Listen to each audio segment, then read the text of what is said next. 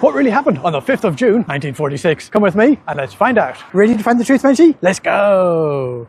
That's the date when the world's first bikini bathing costume went on display, and the date when the man who designed it blew his chance for love. The bikini was designed by a Frenchman called Louis Réard, who was actually an automobile engineer who had designed 50,000 fans. But although he had 50,000 fans, he only had one best friend, my great-grandfather, Paulette Delaney. And Delaney reckoned that what he really needed was a wife, because things were getting embarrassing. The last time they'd gone to the beach together, Réard had spent the whole time turning up the edges of women's bathing costumes to find one with a tan he liked. So Delaney had to take him to the local Folly Burgers restaurant to tell him it wasn't on. But then it was, because when their waitress appeared, it was Lily Attle, and she had a tan like a champ, and the two of them fell in love on the spot. But Lily was already married, unhappily, to a guitar player called Chaperon, who specialised in playing the G-string, so it would be up to Delaney to get her out of it so the two lovebirds could get it on. Well, Delaney did his research and he quickly learned everything about Chaperon except his mother's maiden name. But he did learn that Chaperon had come to France after skipping service in the Australian Navy.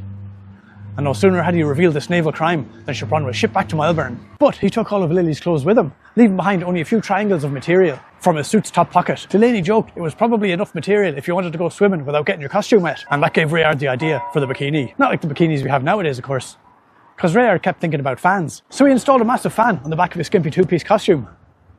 The idea being that you could turn it on and dry yourself off as soon as you came out of the water. And it was a great idea. The only problem was that he was used to building fans for cars. So the motor was far too big for a young slip of a girl like Lily. No sooner had she flipped the switch than she was shot into the air, and she didn't come down again until somewhere over the Pacific Ocean. They never found her, and after that Réard gave up women and engineering, and spent the next 40 years eating cheese strings pulled through the wedding ring he had bought to put on Lily's finger that day.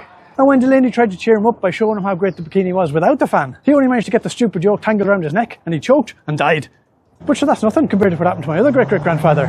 Make sure you follow or subscribe, or whatever they call it these days, so you don't miss that story. Ready, matey? Let's go!